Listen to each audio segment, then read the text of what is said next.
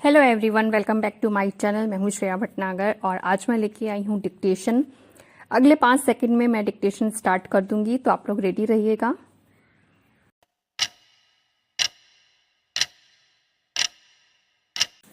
पिछले एक वर्ष के दौरान राष्ट्रीय एकता को संकट में डालने वाली अनेक प्रवृत्तियों ने एक साथ जोर पकड़ा है। सांप्रदायिकता, आतंकवाद, जातिवादी हिंसा, उग्र क्षेत्रवाद व अलगाववाद की समस्याएं अधिक गंभीर व जटिल हुई हैं। यदि लोग मजहबी पहचान, जाति व जन्म स्थान के कारण असुरक्षित हैं, तो फिर आखिर सुरक्षित कौन है? यह असुरक्षा की भावना बहुत से लोगों को परेशान करती है। इन प्रवृत्तियों के प्रसार से वर्षों से देश के विभिन्न भागों में रह रहे लोग अचानक खुद को अपने घर में बेगाना महसूस करने लगे हैं। इन प्रवृत्तियों से उपजी हिंसा में प्रायः सार्वजनिक व निजी संपत्ति जैसे रेल, बस, मोटर, ट्रक, बाजार, स्टेशन आदि को बेवजह नष्ट कर दिया जाता है। तरह तरह के कारोबार, व्यापार, यातायात को गंभीर क्षति पहुंचती है। हिंसा के शिकार लोगों में अपनी सुरक्षा का इंतजाम करने या बदला लेने की प्रवृत्ति बढ़ती है, जिसके कारण वे हथियारबंद होने लगते हैं। इस तरह एक तरह की हिंसा से दूसरी तरह की हिंसा को हवा मिलती है और यह खतरनाक प्रवृत्ति बढ़ती जाती है। ऐसी घटनाओं से एक राष्ट्र के रूप में हम कमज़ोर होते हैं और विदेशी ताकतें इसका अनुचित लाभ उठाने की कुचेष्टा कर सकती है। इनमें से प्रत्येक चिंताजनक प्रवृत्ति की अलग से जांच पड़ताल होती रही है, पर कहीं एक एक पेड़ को हुई क्षति की जांच करने में हम पूरे जंगल में लगी आग की उपेक्षा तो नहीं कर रहे हैं।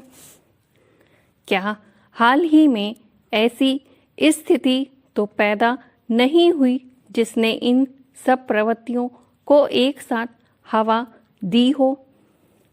पिछले दिनों आदर्शों की हर स्तर पर उपेक्षा, उद्देश्य विहीनता, केवल पैसा कमाने व उपभोक्तावाद की सोच का प्रसार व तरह तरह की अनैतिकता को खुलेआम बढ़ावा देने की प्रवृत्ति बढ़ी है। इस तरह एक ऐसी मूल्य विहीनता की स्थिति उत्पन्न हुई है जिसमें हिंसक, विघटनकारी, विनाशकारी सोच के प्रसार की संभावना बढ़ जाती है। सबसे चिंता की बात तो यह है कि सरकारें भी इस मूल्य विहीनता को बढ़ावा देती नजर आ रही है। इसका एक उदाहरण तो सरकारी स्तर पर व्याप्त भ्रष्टाचार है। आर्थिक सुधारों और उदारीकरण के नाम पर बहुत कुछ ऐसा हुआ है जिससे लोगों को लगता है कि वे ठगे गए हैं। इसी मूल्य विहीनता का एक दूसरा पक्ष यह है कि मजहब, जाति, क्षेत्र के नाम पर किसी भी संकीर्ण स्वार्थी सोच से सत्ता प्राप्त करने या सत्ता से चिपके रहने के लाभ के अवसर को हड़पने के लिए राजनेता तैयार बैठे रहते हैं। यह आश्चर्य की बात है कि कुछ मामूली व्यक्ति उग्रवाद या हिंसा की भाषा बोलकर क्षेत्रीय या मजहबी भावनाओं को भड़काकर कुछ ही समय में काफ़ी बड़ी संख्या में लोगों के नायक कैसे बन जाते हैं। यह कुछ हद तक समाज में व्याप्त मूल्य विहीनता का नतीजा है, जो ऐसे व्यक्तियों को हीरो बनाती है, पर काफ़ी हद तक इसके पीछे बड़ी ताकतों के संगठित प्रयास भी होते हैं। सत्ता व पैसे के खेल में संकीर्ण उग्र भावनाओं को बार बार भड़काया जाता है, फिर चाहे इसका समाज, राष्ट्र, अर्थव्यवस्था पर कितना भी प्रतिकूल असर क्यों ना पड़े। अलगाववाद की ताकतों को जगह जगह से हवा मिल रही है। अभी कश्मीर की स्थिति गंभीर बनी हुई थी कि तमिलनाडु में अनेक नेताओं ने श्रीलंका की स्थिति को लेकर ऐसे बयान दे डाले जो अलगाववादी थे। यह भारतीय लोकतंत्र की एक सराहनीय बात है कि यहाँ सब तरह के विचार लोगों के सामने रखे जा सकते हैं, पर इसका अर्थ यह नहीं है कि अलगाववाद को भड़काया और बढ़ाया जाए या इसका औचित्य सिद्ध करने के बहाने ढूंढे जाएं। देश की एकता और अखंडता सबसे महत्वपूर्ण है। इसके दायरे में ही हमें विभिन्न पेचीदा समस्याओं के समाधान खोजने हैं। इस चिंताजनक स्थिति को सुधारने के लिए सांप्रदायिक, संकीर्ण, जातिवाद, उग्र क्षेत्रवाद व अलगाववाद के विरुद्ध सतत अभियान चलाया जाना चाहिए।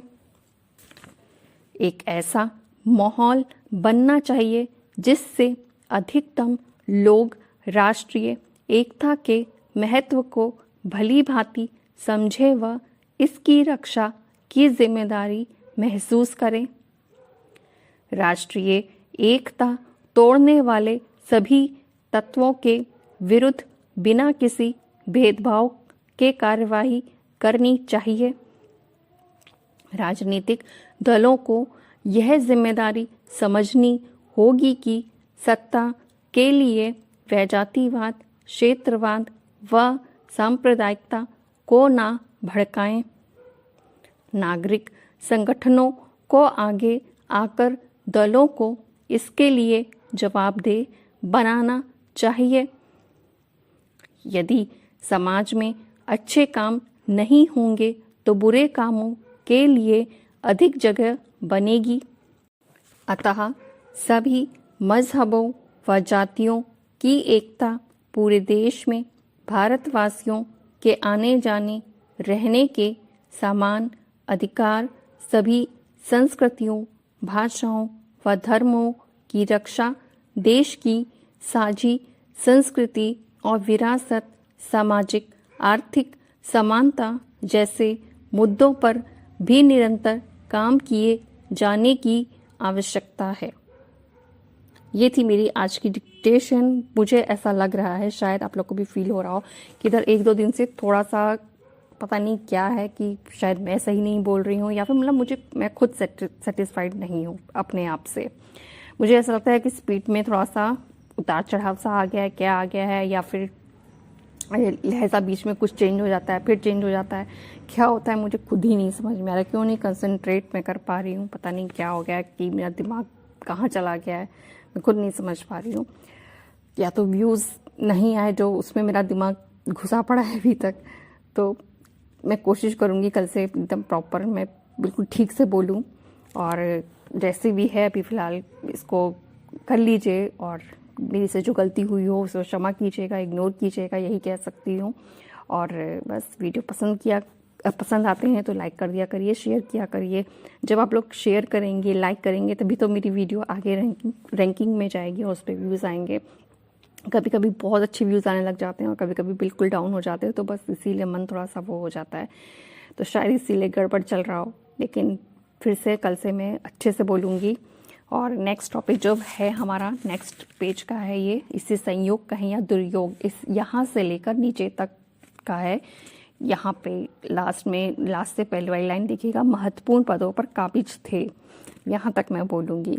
फिर उसके अगला उसके नेक्स्ट टाइम इतना मैं बोलूँगी, इसके इमेज में भी लगा दूँगी। और बस यही कहूँगी, लाइक कर दिया करिए, मुझे उससे खुशी मिलती है और मोटिवेशन मिलता है कि हाँ मुझे बहुत अच्छा करना है, बहुत अच्छा करना है। तो प्लीज़ इतना कर दीजिए मेरे लिए और अपने खुद के लिए भी, कि आई एम श्योर आप लोग भी चाहेंगे कि आपको अच्छी डिक्टेशन मिले, ऐसे टूटी फूटी ना मिले। तो प्लीज़ लाइक कर दिया करिए, शेयर कर दीजिए, तो मुझे भी अच्छा लगेगा। मिलते हैं अब नेक्स्ट डिक्टेशन में, आई होप अच्छी दूँ अगली बार। बस मिलते हैं जल्दी नेक्स्ट डिक्टेशन के साथ, तब तक के लिए bye bye, take care, thank you.